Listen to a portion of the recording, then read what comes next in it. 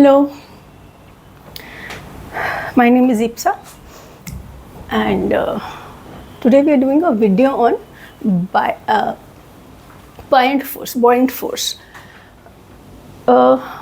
Basically, what we are dealing in is why things sink. कोई चीज़ें पानी के अंदर सिंक हो जाती हैं और कोई चीज़ नहीं होती है. सो व्हाट डिटरमाइंस कि वो सिंक होगी पानी में या किसी और लिक्विड में और या वो फ्लोट करेगी.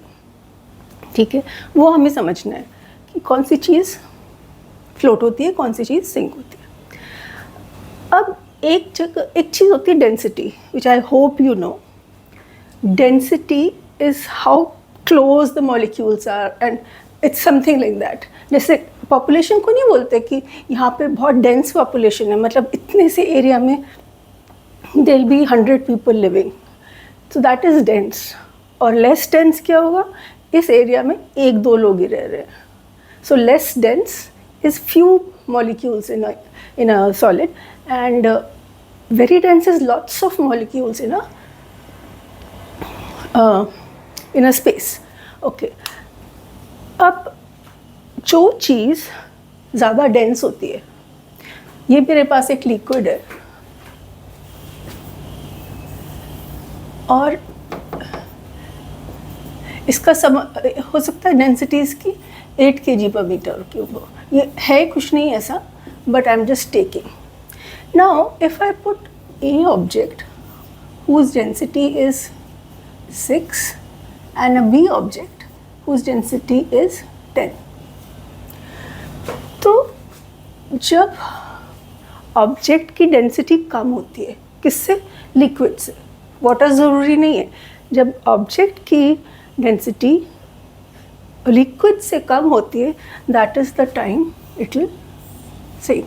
That means A will sink and B, A का 10 है, sorry, A का डेंसिटी ज़्यादा है, so this B will sink and A will keep floating here. जिसकी ज़्यादा डेंसिटी होती है वो डूब जाता है. So A has a higher density than liquid, so not A, B has higher density than the liquid, so the B object will sink. This is all about it. Okay, fine.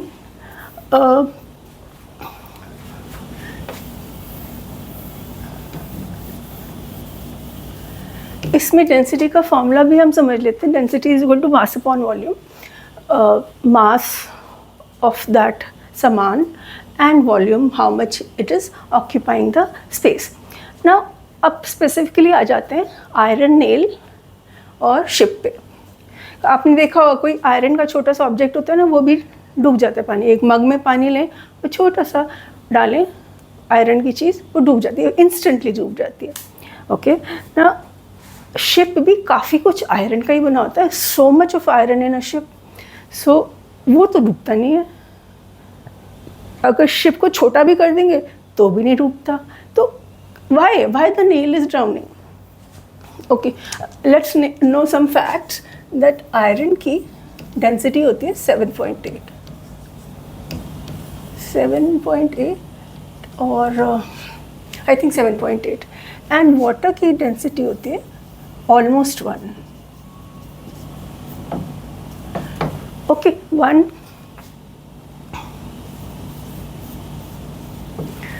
So whether this will sink or no? Yes, this density is more for iron, so iron will sink in water. That's why the nail sinks. But what about ship? उसमें तो हज़ारों ton वो होता है,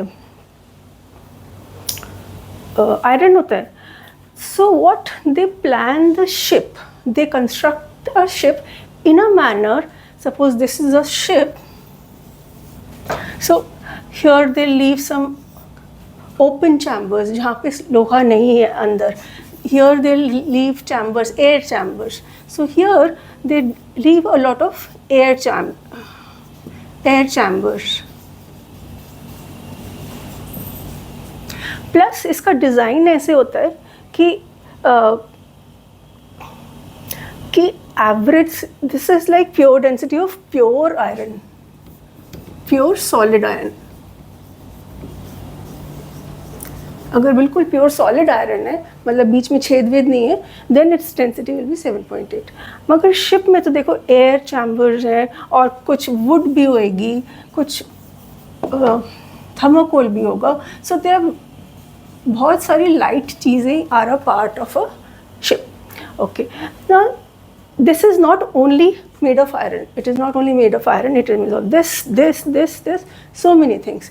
तो उसकी सब कुछ मिला के, सारी चीज़ें ये मिला के जो डेंसिटी आती है, that's less than 1।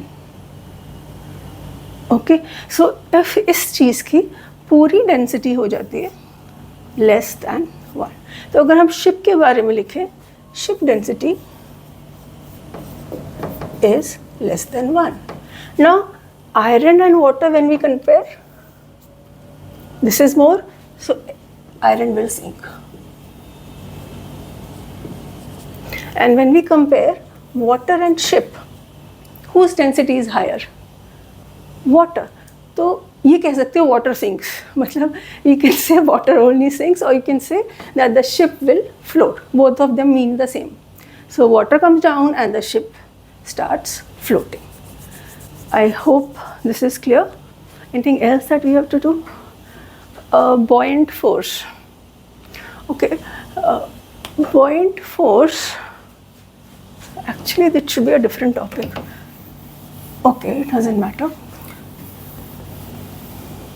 buoyant force क्या होती है? एक ऑब्जेक्ट है, उसके ऊपर कौन कौन सी फोर्सेस लग रही हैं। एक ऑब्जेक्ट है पानी में या किसी भी लिक्विड में, उस पर कौन कौन सी फोर्सेस आ रही हैं।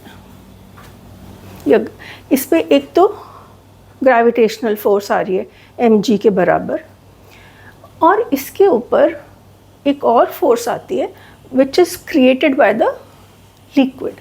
Liquid makes that force, creates that force. तो जब हमारा वाटर है कि मर्करी है कि ब्रोमीन है, जो भी लिक्विड इसमें अंदर है, that will push the object up, and that is all called the buoyant force।